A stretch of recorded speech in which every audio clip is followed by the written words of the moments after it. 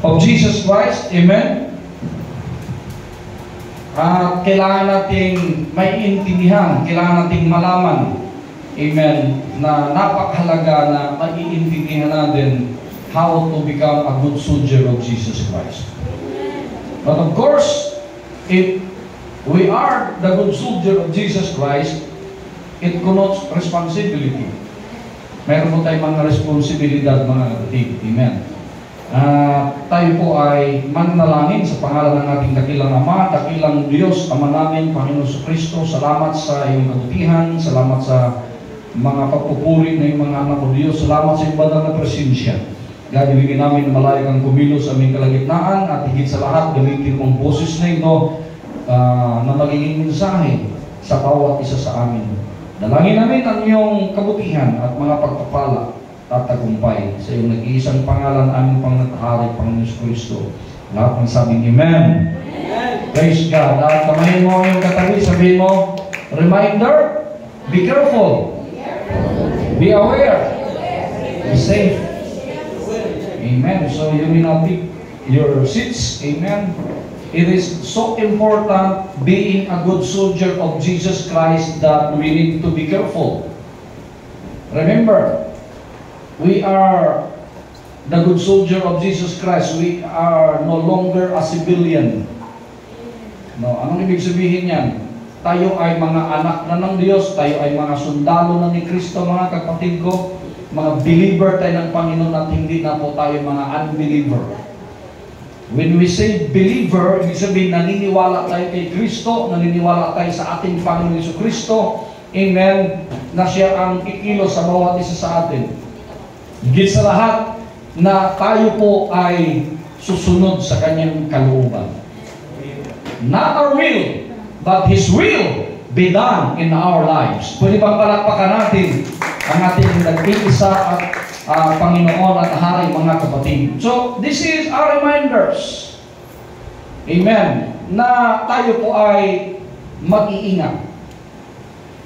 No, mag-iingat tayo dahil bilang mga sundalo, Sister Ilby, posible ambusin tayo. Posible ay may mga snipers. No? Always remember Ephesians chapter 6. No, anong nakalagay sa Ephesians chapter 6? No, reading from verse 10. You need to put on the whole armor of God. Ibig sabihin, naka-full battle gear tayo palagi. Helmet of salvation, breastplate of righteousness. Amen. Kompleto tayo sa shield of faith, sword of the Spirit, which is the word of God. Amen. Shoe of the gospel of peace. Amen. Lahat, mga kapatid, na kailangan natin sa paglilingkod bilang mga totoo at mga mabubuting kawal ng ating Panginoon Jesucristo. Pwede bang palakpakan natin siya, mga kapatid? So we need to be careful. We need to be aware. At the same time, we need to be safe palagi. Diba? Amen. So we will be I will be preaching today about, amen, about Prophet Elisha. Siguro hindi common sa inyo dahil ako lagi akong gumagamit ng gospel, lagi akong gumagamit ng diesel. But at the same time, mahilig din ako sa history. So, in 2 Kings chapter 6 verse 1, the group of prophets said to Elisha, "We are staying in that place over there, but it is too small for us." So, itong si Elisha, gumawa sila ng school. Mayroong school of prophets. Pero yung school of prophets nila, Sister LB, ay maliit lang. Hindi sila kasya. So, ang sabi dito sa verse 2, "Let us go to the Jordan River and cut some wood, and each of us will get a log, and we will build us a place to live there." And Elisha answered, "Go and do it." Sabihin mo sa iyong katabi, "Go and do it." Diba? Gusto mong makarating ng abroad, you need to go and do it. Diba? Diba? Kaya iwan ko kung natatandaan pa ng asawa ko, sabi ko sa kanya, kapag narating ko na yung Palawan, that's the good signal that I will go to abroad. Nangyari ba yun? Yes, for free. Kaya imagine, naalala ko kay Brother Louie, kung gaano kamahal doon. No? Nag-Hong Kong lang kami, ilang days lang kami sa Hong Kong. Alam niyo ba, binayaran namin sa hotel is 125,000 for 5 days. Hindi pa kasama yung food. Hong Kong pa lang yun. Nung nag-Singapore kami, pinili na namin yung pinakamura hotel. Yung kumbaga parang short time sa atin. Tapos magtitinginan yung mga tao doon pagpapasok ka sa magdududa, ay bakla to mga to o kaya ano. Pero wala ka magagawa. Ang pinakamurang hotel na aming binook ay 10,000 sa piso na natin, 10,000 a day. Yan yung imagine.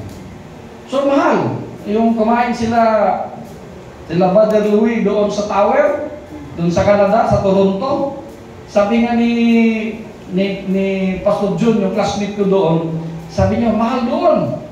No, kami dalawang biri, once in a lifetime na kami pumunta doon. Pero masarap ang pagkain na doon, sir. No, masarap ang pagkain. Ngayon imagine, di ba? Kakain ka lang. Ilan kayo kumain doon? 8 lang. Kulang-kulang 50 min. Di ba? So, pero, it's, worth it. Kasi mayroon kang gusto eh. Dito, sila Elisha, mayroon silang tinatawag na gustong gagawin. No, pero maliit ang lugar nila. Kaya they decided to go into the Jordan River to cut some wood para i-build nila yung gusto nilang lugar, yung School of Prophet. Kaya, noong nagkakaisa sila, mayroong signal. Ang sabi ni Elisha, go and, do it. Sa paglilingkod natin sa ating dakilang Diyos, sa mga pangarap natin sa buhay, sa mga goals natin. Amen. Sinong gusto magtagumpay dito? Taas ang kamay. Kung gusto nating magtatagumpay, you need to go and do it. Pwede bang malakpakan natin ang ating dakilang Diyos? No, because a plan is just a plan without doing it. Kaya nga doon sila nagka-problema. Kasi pinaplano pa lang nila, ginagawa na natin. Natatawa si Brother Efren. No? Plan is just a plan. Parang panaginip lang yan. No? Sino nang nanaginip dito na nagbibilang ka ng pera? Tapos pagising mo, umiyak ka, saan yung pera ko? Yung bata ka pa. Okay, mayroon kang hinawakang candy. Tapos pagising mo, nagagalit ka, saan yung candy ko? Yung panaginip mo lang. Ako, ganun ako. So, sobrang ako. Siguro dahil sa training ng father ko, because my father trained us. Tinitrain kami ng father that always 10 to 5 step ahead. Doon sa mga kasama namin. Sa pag-iisip, yun yung laging tinuturo ng father namin. Sabi niya, anak, ganito, sa pag-aaral, sa laro, kasi tinuturuan ako, bata pa lang ako, teenager pa lang ako, commercial player na ako. Kasi pinapangarap ng father ko na magiging PBE ako. Oo. Yung father ko kasi, hindi siya naging PBE kasi at that time noon, yung father ko ay 5'7" lang. 5'7". At that time noon, kinakailangan papatakan ng mga 5'10" noon sa PBA. No? Mga kasabayan nila sa Adornado, yung mga limo. Idol na idol niyo sila Jaworski. Yun yung mga kasabayan nila noon. Pero naging player yun ng Puyat. Yung may-ari ng Puyat Company. Yun? Commercial player.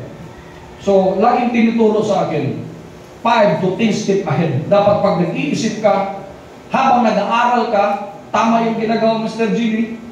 No? Kung hindi ka advance mag-isip, kung wala kang mga plano sa buhay at hindi mo ginagawa yung plano mo, mabibihain ka.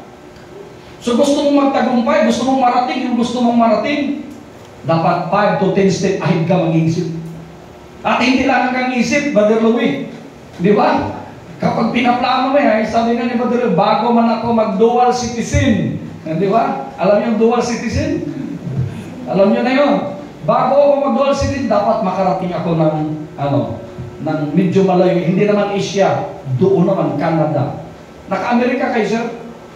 Hindi. Sila ading lang yung pumunta doon, no?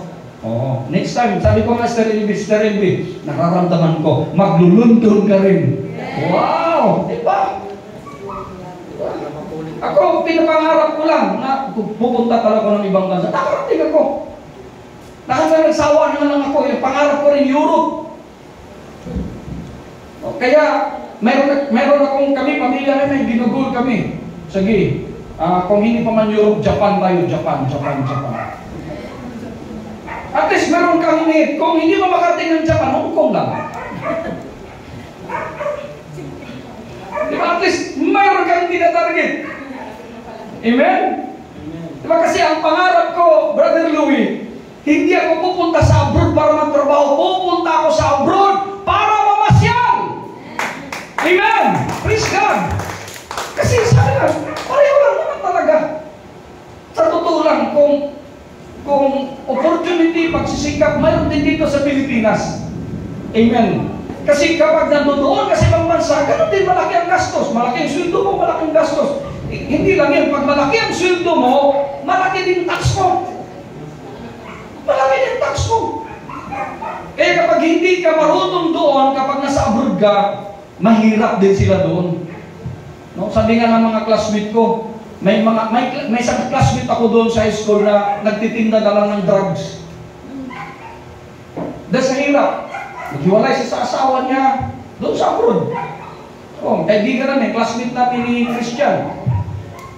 Yung kapatid ni Tonton. Alaboy na doon sa Canada. No? So, kung may mga plano tayo, kung may mga gusto tayong gagawin, ano lagi natin tandaan? We need to go and do it. Hindi lang hanggang plano, hindi lang hanggang pangarap. Wala namang masama pangarap, Sister Shannon. Pero habang pinapangarap mo, gagawin mo. Would you see amen? Amen? So one of them said, please go with us. Di ba parang mas maganda din na, Pastor, ikaw yung pwede ba samahan mo kami? O kaya, di ba, sa mga pamilya, parang di ba takot ka, Daddy, samahan mo kami. Kapag umpisa, pero tingnan nyo, kapag lalaki na yung mga anak ko, hindi naman pasama sa amin. Noon, maliliit pa sila, maglulupa sila, lalo na sila, sama kami! Ngayon, kahit sama kayo. Dito lang. Okay, may ibang lakad. Yun natatandaan ko kay Brother Louie. Sabi ni Brother Louie, noon, may mga anak namin, sama-sama kaya. Pero may malalaki na. Wala na. Hindi nasasama. No. Hindi na pala sama sa'yo. Tatanungin ka, saan kayo pupunta? Ulit, kapunta na kami doon. Diba? So, one of them said, please go with us. And Elisha said, yes, I will go with you. So, very good din si Elisha. Sige, walang problema. Samahan ko kayo. So, Elisha went with a group of prophets, and when they arrived at the Jordan River, they began to cut down some trees. No? Nag-umpisa sila na kanilang pinutol yung mga puno para gagawin nila yung school prophet, yung tutulugan nila, yung lugar nila. But when one man was cutting down a tree, the iron axe head slipped from the handle and fell into the water. Nagkaroon ng problema. Habang sila ng, ano bang tawag nyo? Sa Tagalog, palakol? Palakol, oh. Habang pinapalakol nila yung puno, bigla natanggal yung ulo ng axe, napunta doon sa Jordan River. Ang Jordan River ay hindi mo malinaw na tubig, parang pasig. Medyo malabo. So hindi mo makikita kung saan yun napunta. No? So, sa ating mga plano sa buhay, sa ating pag-execute, sa mga plano natin, Sister Chanel, sa unti-unti natin pag-abot doon sa mga pangarap natin, you need to be careful. Sabi mo sa iyong katabi, you need to be careful. Kasi sa lahat ng bagay, hindi po masaya. Kaya nga sa kasal, di ba? Yan sabihin ko sa generous, makinig ka. For better and for worse ang pag-aasawa. In richer and in poorer. Sa buhay, sa pangarap, sa relasyon, sa paglilingkod sa Panginoon, gano'n. Hindi natin maiiwasan si Sir Ilby na may problema. Diba? Sabihin mo nga, Sister Selen KRG, may problema ka ba?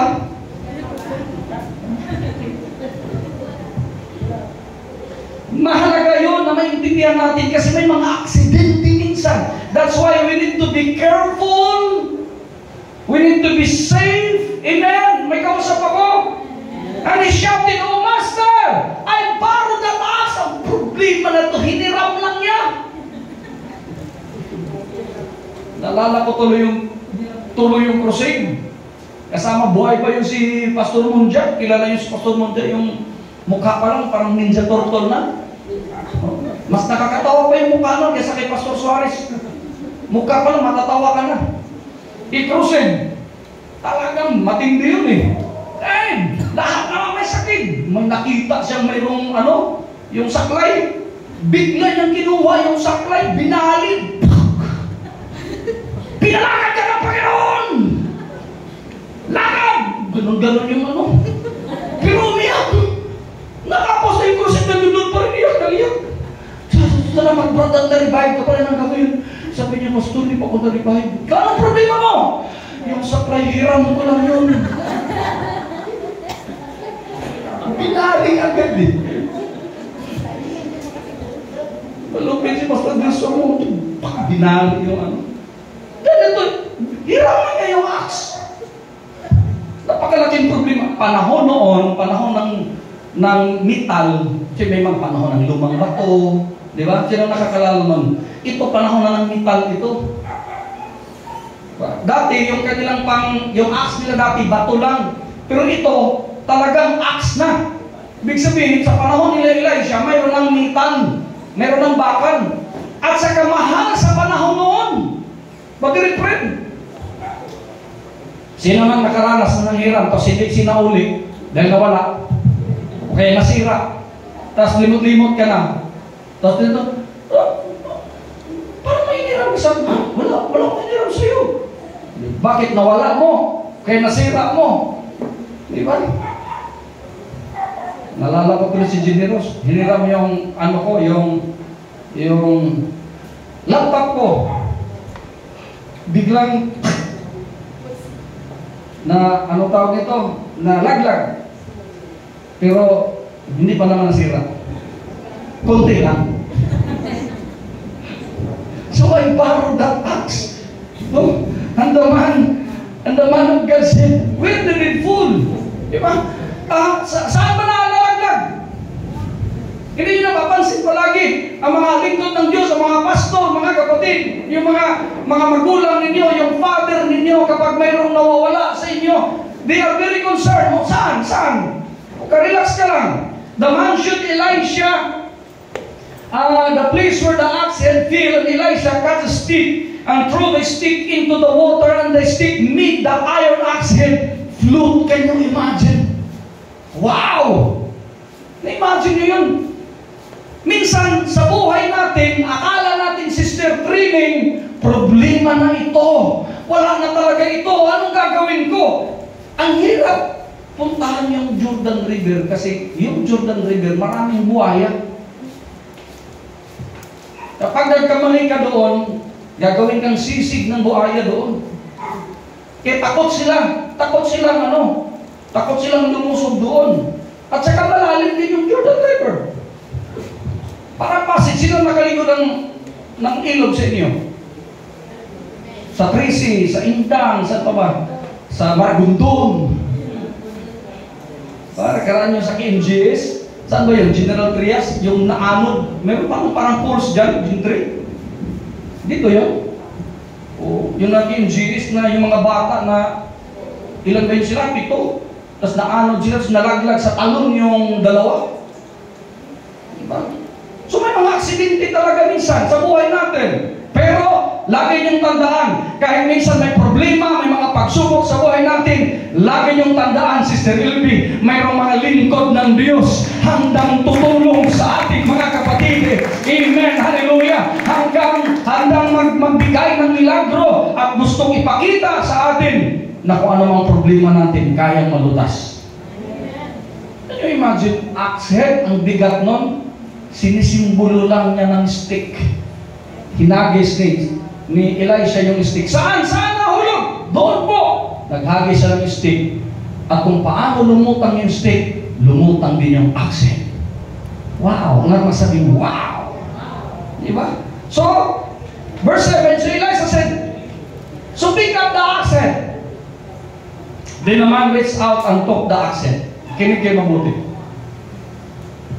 Minsan ang naging problema natin, masyado tayong relax. Pero hindi naman tayo marunong mag-handle ng problema. Pilit natin, okay tayo, yapang natin. Pero pag may kunting problema, ano agad tayo? Emotional agad tayo. Sorry, pero ako yung taong hindi ako emotional. Parang lagi lang akong galit. Pero hindi ako emosyonal. Kasi sa amin, bulong lang yun. Yung kami mga Cebuano, mahilig talaga kami ng gano'n. Lalo taga Mindanao kami. Eh si Duterte, pag nagsasalita si Duterte, kala mo galit, pero tumatawa lang. Sa mga problema, sa mga pagsubok natin sa buhay, lagi nating tandaan, amen, na mayroon talaga tayong action na gagawin. Huwag nating iasa lahat. Parang relasyon yan, Sister Chanel. Minsan marami kang expectation at pag hindi na-meet yung expectation mo, nagtatantran ka na agad. Diba? Minsan ganun tayo eh. Kaya nga, kapag may kinasal ako, kinakausap ko talaga, huwag kang mag-expect ng awit ni Bambo na sino ba yung awit na yun? Yung dadalhin kita sa aking palasyo. Si Regine Velasquez. Woo! Minsan, iniisip natin, dadalhin kita sa aking palasyo. Na well, kung dadalhin ka ba niya, huwag kang mag-expect. Huwag mong laging sabihin yun. Gagawin mo na lang. Kasi mayroon tayong dapat, gagawin. So Elisha said, so pick up the axe head. Then the man reached out and took the axe head. Magtataka ka, bakit hindi na lang kinuha ni Elijah? Bakit sinabihan pa niya yung taong nakalaglag ng axe head na kunin mo?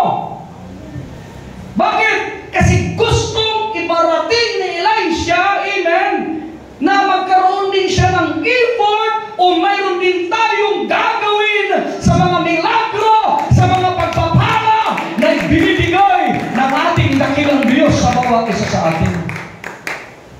Ano ibig sabihin nun? Ayaw ng Diyos na magiging tamad tayo. Sabihin mo sa iyong katabi, huwag kang tamad. Ang sundalo ni Kristo hindi tamad. Diba? Maraming diskarte. Diba? Sabi ko nga Sister Claudia, sabi ko, hindi tayo magsusurvive dito sa mundong ito hanggat hindi lalagpas ng limang pagkukunan natin ng income. Huwag kang mananatili doon ng isa lang trabaho mo. Paano pag nag-fail yun? Hindi ka na makapagtrabaho. Sige nga. Paano kapag nagkakasakit ka? Kaya hanggang ngayon, huwag kang mananatili na, okay na ako dito, stable na ako sa trabaho. Dapat may mga alternatives ka. Dapat meron kang gagawin. Kung maaari, 5 step ahead ka, Sister Chanel. Di ba? Meron kang, dapat marunong tayo mag-invest.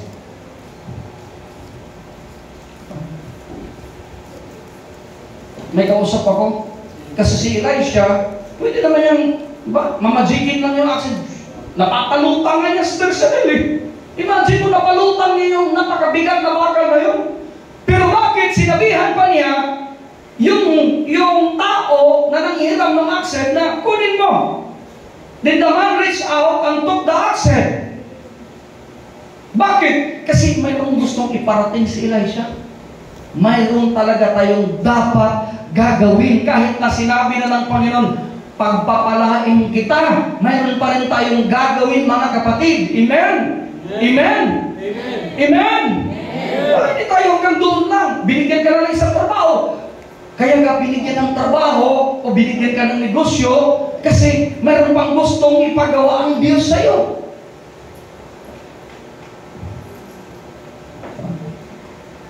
Eh dapat meron ka pang ibang diskarte na gagawin.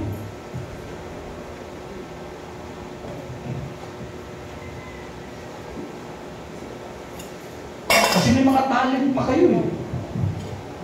May mga talent pa kayo.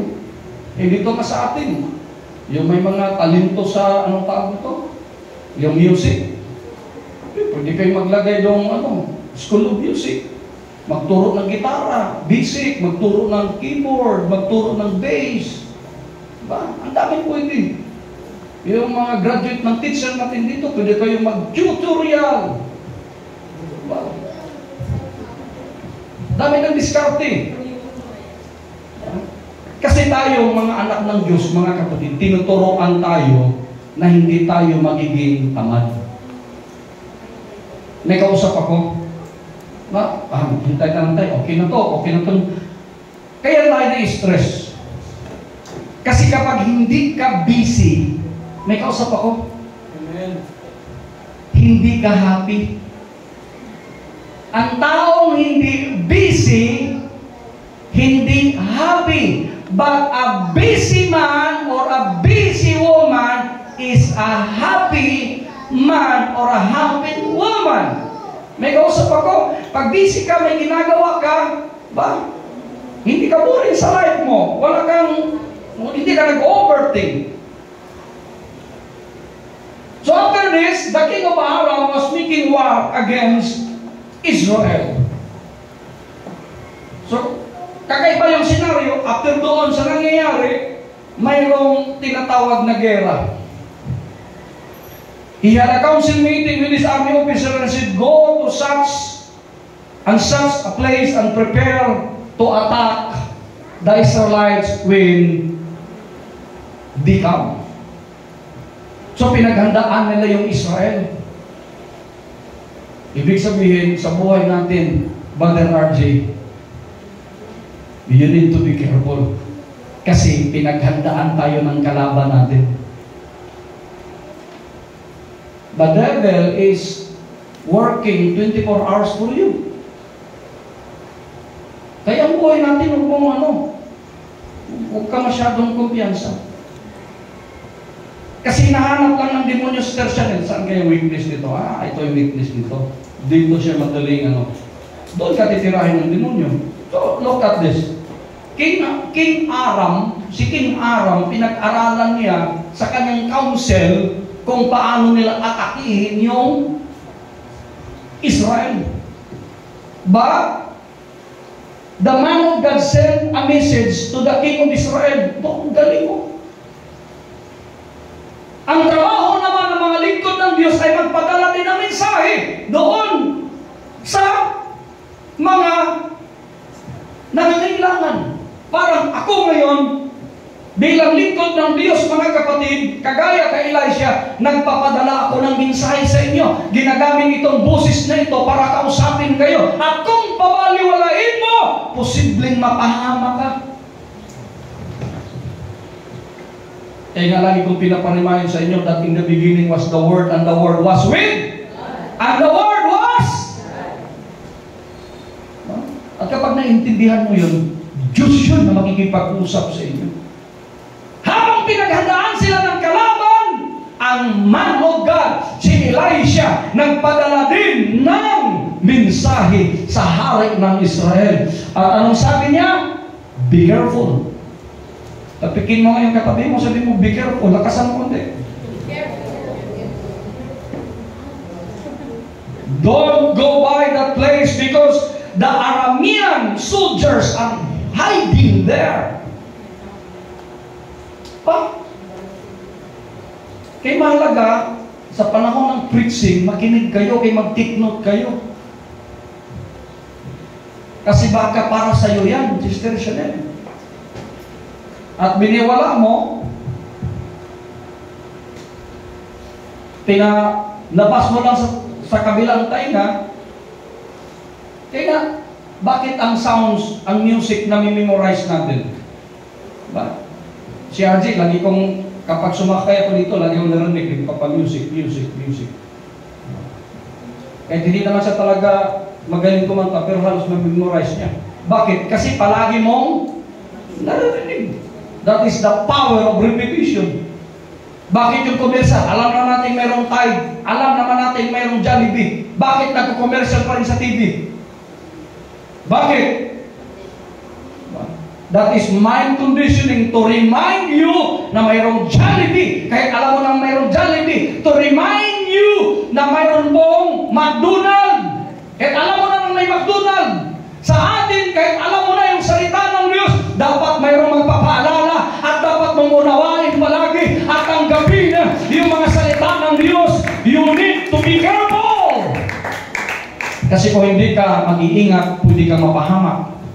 Would you see, amen? Verse 10. So the king of Israel sent a message to his men at the place that the man of God warned him about. And the king of Israel saved quite a few men. So dahil sa mensahe ni Elisha, hindi po napapahamak yung mga sundalo ng Israel. See, napaka-importante ng mensahe. Napaka-importante. Kung hindi sana pinakinggan madirepre yung mensahe sa lingkod ng Diyos, maraming mapapahamak. Aambusin silang lahat, mamamatay silang lahat. So verse 11, kinig ko kayo mabuti. The king of Aram was very upset about this. Bakit nagagalit? Bakit nagagalit ang demonyo pag nagtatagumpay ka? Bakit, Brother RJ, nagagalit ang demonyo kapag mayroon kang magandang relasyon? Kasi ayaw ng demonyo na maging masaya ka. Remember John 10:10? Kaya nga, dapat maalala ninyo yung mga salita ng Diyos eh. Huwag kayong kumpiyansa na para kayong mga hindi sundalo. Remember that we are the good soldiers of Jesus Christ. Nainitan, pwede tayong isnipe, pwede tayong ambusin, pwede tayong tirahin ng demonyo. Anytime in our life. At kapag may relasyon ka, kapag pinagpala ka, lalo na bagong kasal, pag-aral ng demonyo yan. Ano kayang mga tuyo nitong dalawa? Gagatungan yung mga tuyo ninyong dalawa para subukan. At magre-remind naman yon. Mag-iiko naman yung boses ko ngayon, for better or for worse. In richer, poorer. In sickness and in health, till death do you part. I do! Ganon ka ngayon.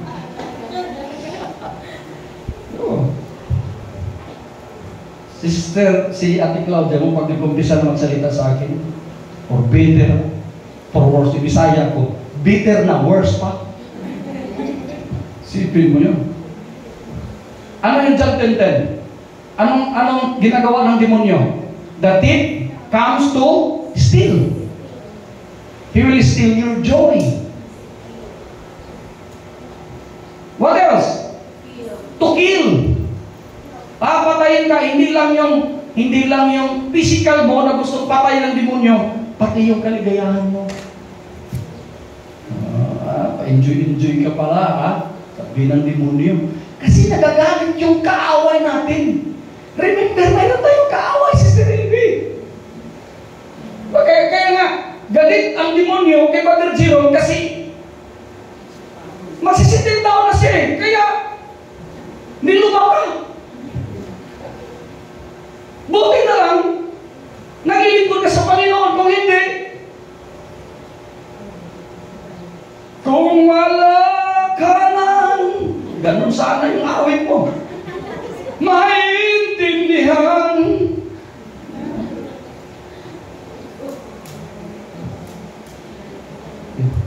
Lagi kasi sa amin kasi, malapit sa cemetery, di ba? St. John. Tapos may dadaan din papunta doon sa Tansa.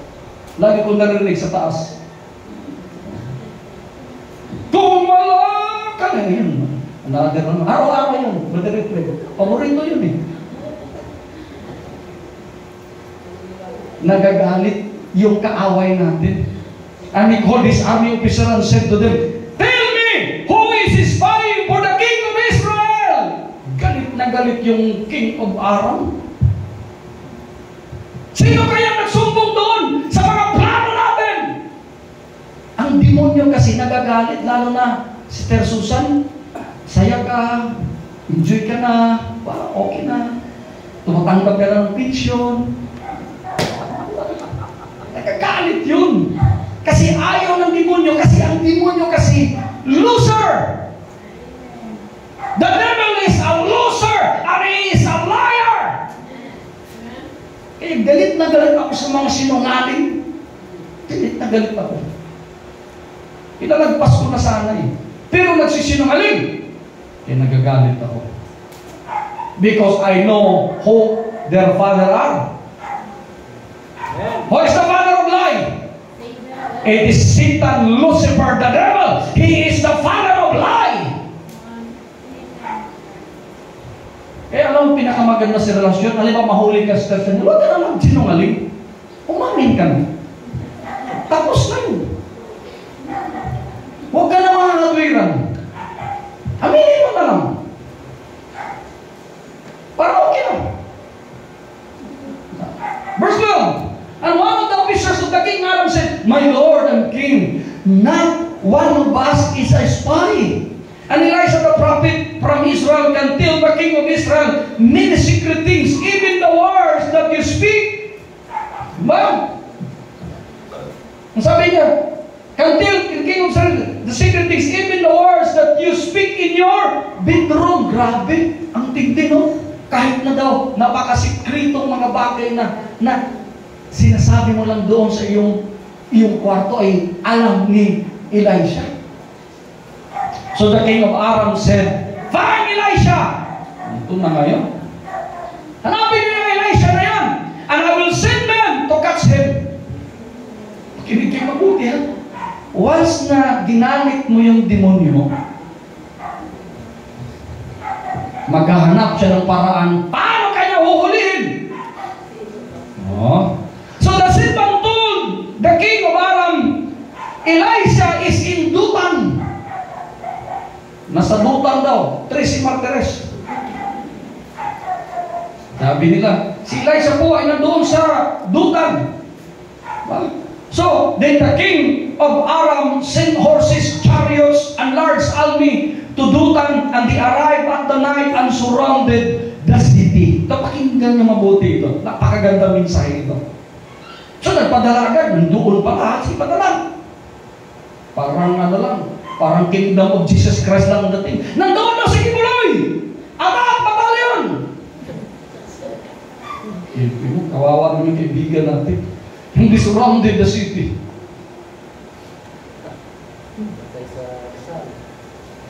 Pero tingnan niyo, makinig yung mabuti. Ano ang gagawin ng mga lingkod ng Diyos, Sister Elvie? Verse 15. Basahin nga natin. Sige nga, look on the screen. Elisha's servant got up early that morning, and he went outside. He saw an army with horses. Napalibutan na sila.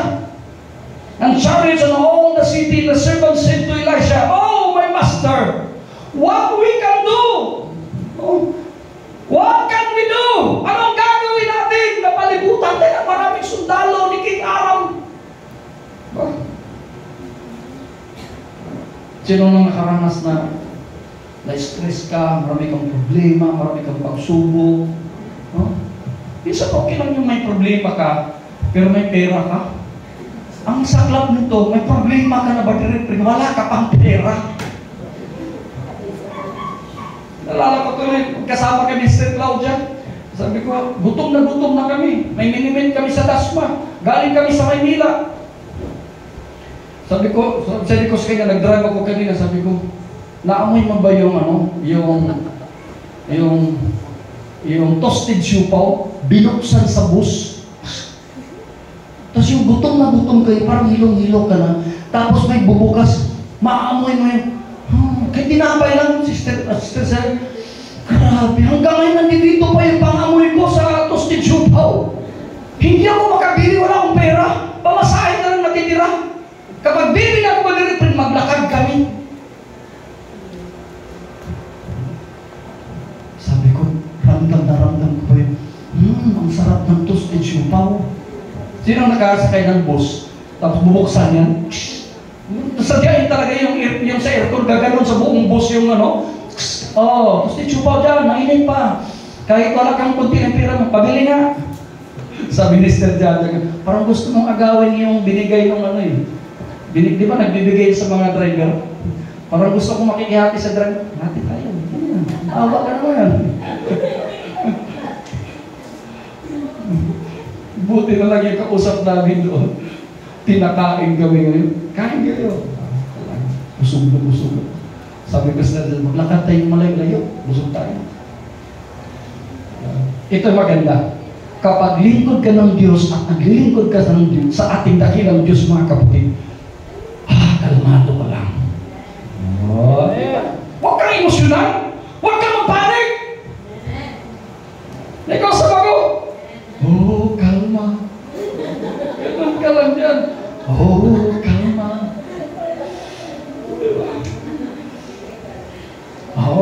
Kalma. Ganun ka lang.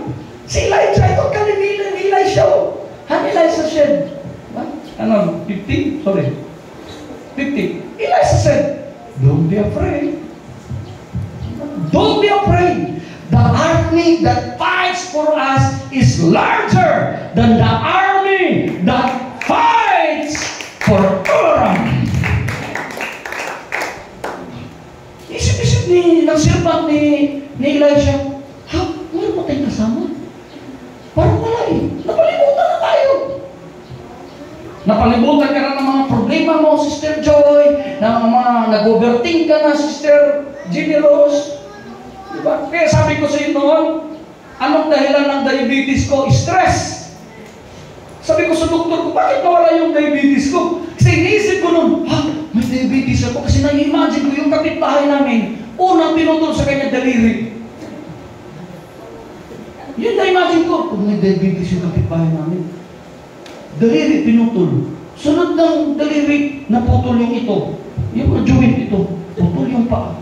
Sunod hanggang tuhod na. Sunod hanggang dito na. Alam nga nang putulin yung katawan, patay na siya. Yun yung iniisip ko, may diabetes na. Wala, tinis na. Kaya sabi ko, Sir John, kasi mahilig talaga ako. Kaya nga, itinuturo ko sa inyo. 5 step ahead ako. Kumbaga, before pa, in-expect ko na yung may mga problema, may mga bills, may mga ganitong darating. Kapag alanganin na talaga, pray na ako. Pero, mayroon akong ano yan. Mayroon akong advance yan. Sabi ko, Sir Jaja, total malapit na akong mamatay. Igalan natin itong pira natin. Igalan natin. Para kung mamatay man ako, may memories tayo. Di ba? Sabi ko sa kanya, alam niya na nangyayari. Gala! Pang isang taon namin yung advance yun, pang isang taon. Gamitin natin to. Di ba? Isawa naman ng Diyos. Nag-enjoy naman si Ray. Nag-enjoy ka ba rin? Nakarating naman si Jaira ng masaya-masaya si Jaira. May crush pa siya nakita doon. Ikot-ikot kami. Ang buhay kasi, huwag tayong magiging emosyonal. Hindi mo siya yung katabi, huwag kang emosyonal. Kalma lang. Don't be afraid. Amen? Alam niyo ginawa ni Elijah? Kinig kayo. Ano sabi ni Elisha? Verse 17. Sabi natin, then Elisha, prayed. Alam niyo ba, bakit marami tayong problema, marami tayong mga pagsubok? Kasi bihira lang tayong nananalangin. Ang panalangin po, Sister Sanel, libre. kwento ko sa inyo. Nung may girlfriend ako, after ng 2 months, hiwalay, mayroon na naman. Minsan hindi ko pa nga hiwalay, nag-girlfriend ako ulit, baka maghiwalay na rin ka dito, mayroon na naman ako. Pero nung pinag-pray ko na, sinulat ko na sa prayer book, lahat ng gusto ko. Kasi meron tayong gusto. Ano ba, ikaw, may gusto ka sa lalaki. Kung totoo may gusto ka sa lalaki, isulat mo yan. Ito yung gusto ko sa lalaki.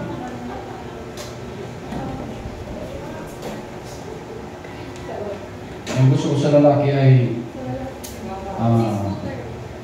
6-footer, bagay mo 6 feet. Anim yung pa, 6 feet. Yung pala may sanga, no? May luya. Nakita na, may kaibigan akong ganyan noon. Papay na yun, binaril yun. May luya yung paa niya. Hindi siya makapagsuot ng ano. Yung, alam yung sapatos ba din, RJ? Sapatos? Binubutasan nyo kasi lumulusot eh. Butas yun. Ano? Yung dito, mayroong butas. So Elijah prayed and said, Lord, I ask you, open my servant's eyes so that he can see. The Lord opened the eyes of the young man, and the servant saw the mountain was full of horses and chariots, and they were all around Elisha. Hindi kasi nakita, amen, ng servant ni Elisha na ang Panginoon, ang ating dakilang Diyos, mga kapatid, nagpadala ng libo-libong mga anghel para tutulong sa kanila.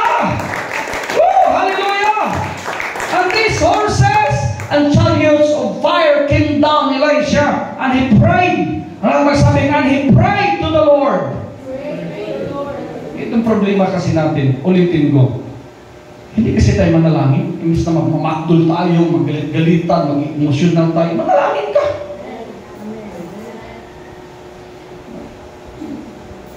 Bigyan kita ng tip, Brother Jerome.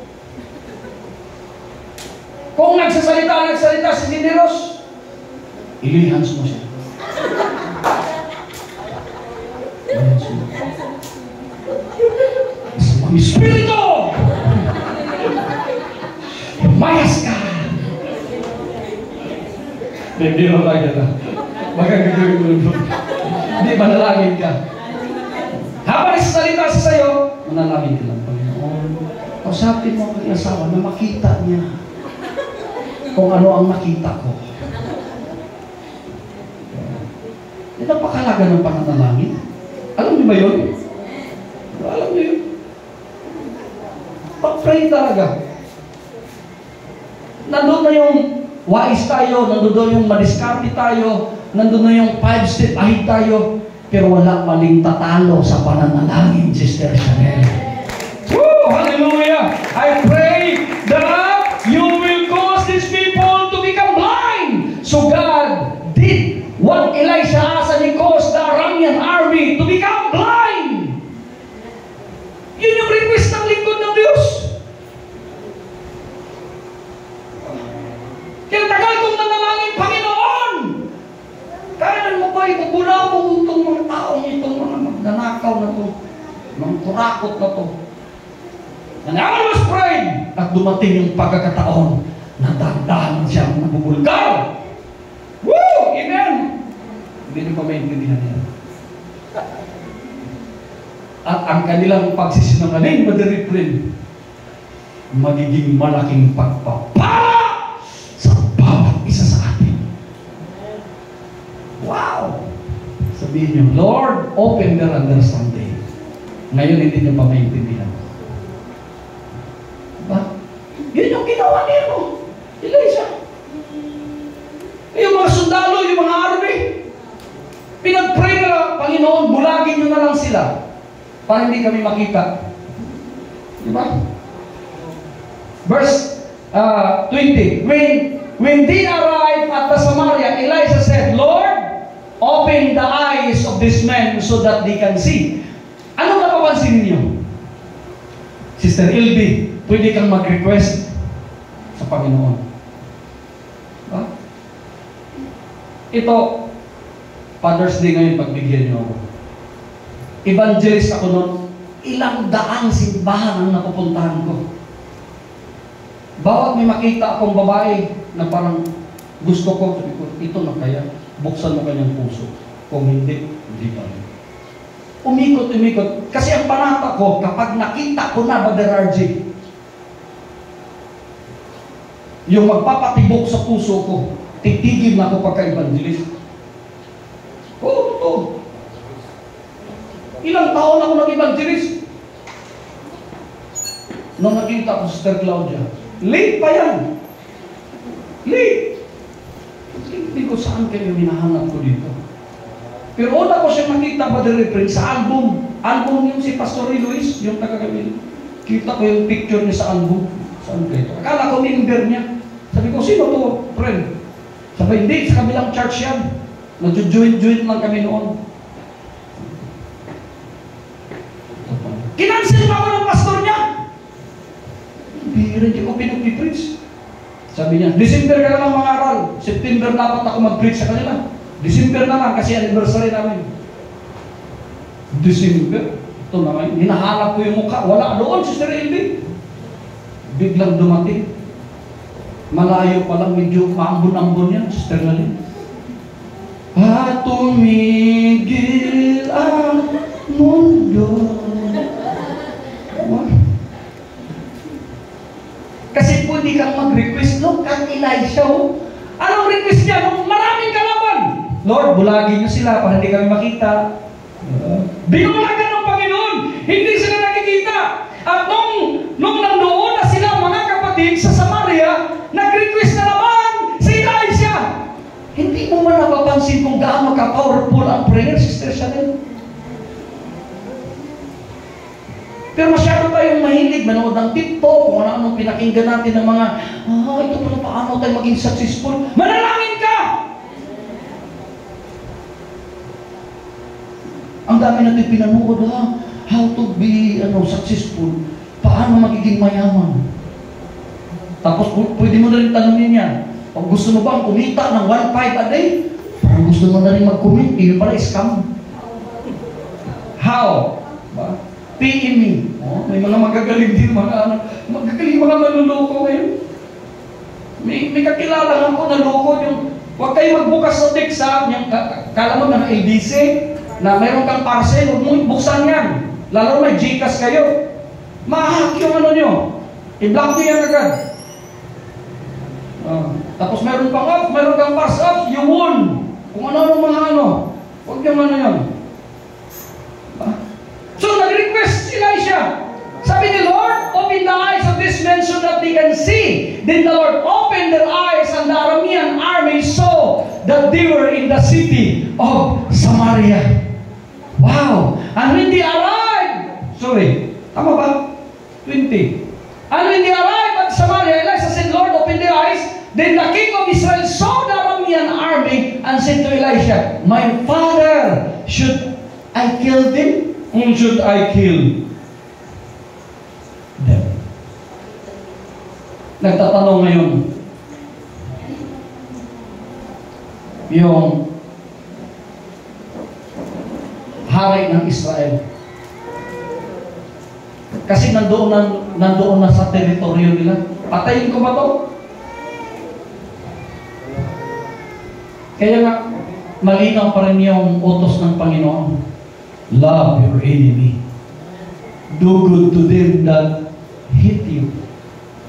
Bless them that despitefully use you. May mga kaibigan ako, halos damit ko na, halos huling pera ko na, ibibigay ko pa, tapos traidorin ka. At wala silang ibang narinig sa akin, pagpalain pa rin yung Panginoon. Kasi the more na sinasabi mo yung Sister Elby, babalik sa iyo yun. Huwag kang magalit doon, yung makita kong papakayin ko yun. Wow. Kalma. Kalma.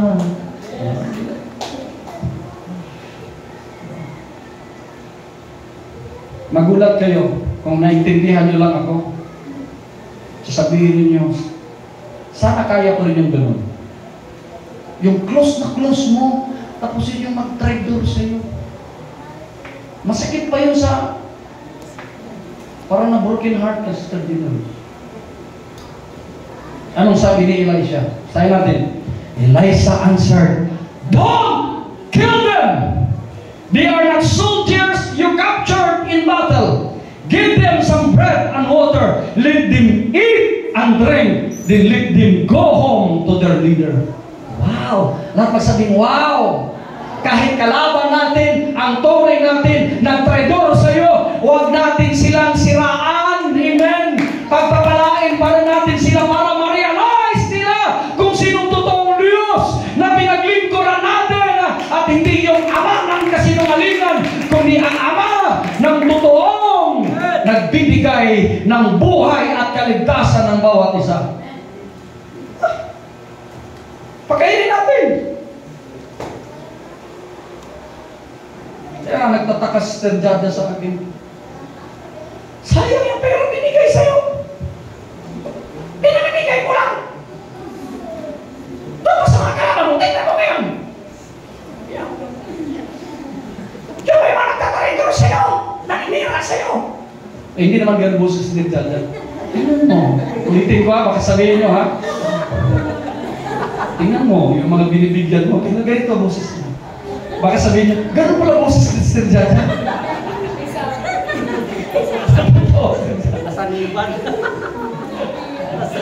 Sabihin ng Sister Jada, babanakan mo ng tumamaya. Sabi Sister Jada, tingnan mo, yung mga binibigyan mo. Ano pala gawin ka? Mubawi. Hindi nyo napansin? Sila sasabihin, wag, papatayin na sana eh. Nasa teritoryo na nila eh. Wag, relax lang, wag. Wag yung gawin yan. Isipin mo, give them some bread and water. Wow! Diba? Kasi mga anak tayo ng Diyos, Sister Elby, huwag siyang papatayin ka na namin, nandito ka sa teritoryo namin. Tinatraidor mo ako, sa bahay ka, wag. Kahit alam mong traidor yan, alam mo yun, alam na Sister Jada yun, kahit kalaban ko, nung nakaraan niya, pinipigilan na niya ako eh. Nag-usap kami ni Sir Rem, yung ninong ko, yung dumayon. Sabi, kita ka sa headquarters. Oh, ikakat ko ito dito tayo upload. Kita ka sa headquarters. Oh, sige sir. Ito tayo. Sabi Sister Jada, huwag kang pupunta doon! Ay, hindi naman, ganito. Huwag kang pupunta doon. Baka may CCTV doon. At sabihin na naman, sinugod mo sila kung ano-ano kasi nungalingan ang gagawin sa'yo. Hindi. Kilala ko yung mga yan. O kahit gagawin ka na yun eh. Sabihin. Pwede. Ginawa ko, sumunod ako sa asawa ko. Pinaibisi ko na lang yung sulat ng kaklase ko. Imbis na bibigay ko. Kasi wala akong problema eh. O, galit ka sa akin, hanapin kita. Kakamayan pa kita. Ganun ako. Si Pastor Art noon, ano sa akin, yung buhay pa yun? Ano yun? Yung pag nakita ko, lilihis yun. Pero ano yun talaga, sir? Lalapitan kita. Oo. Patuloy. Pero before siya namatay, nagbati kami. Eh maganda. Eh mga tinuturing akong kalaban, yakapin ko pa yan. Ilibre ko pa ng Starbucks yan. Kahit bawal sa kanila Starbucks. Sa akin, hindi bawal. Lalo na pag-libre. Diba? Galing ni Elisha. Elisha, wag, pakainin mo yan, painamin mo. Napakasarap yun sa pakiramdam. Kaaway mo, nagtraidor sa'yo, papatayin ka niya, binibinta ka niya, pero pakainin mo pa rin sila. Amen. Bigyan mo pa rin sila ng magandang treatment. Verse 23. So the king prepared a big meal for the Aramean army. May big meal na pala, parang McDo. After they ate and drank, he sent them back home to their leader. And then the Aramean did not send any more soldiers into the land of Israel. Amen. To make them rich. Di ba? So sumunod yung hari kay Elisha. Pakainin mo sila. May kalaban ka man, may kagalit ka man, i-treat mong mabuti. Diba? Ako pag inaway ako ni Sir Jaja, ito yung sikreto, Brother Jerome. Pag inaway ka,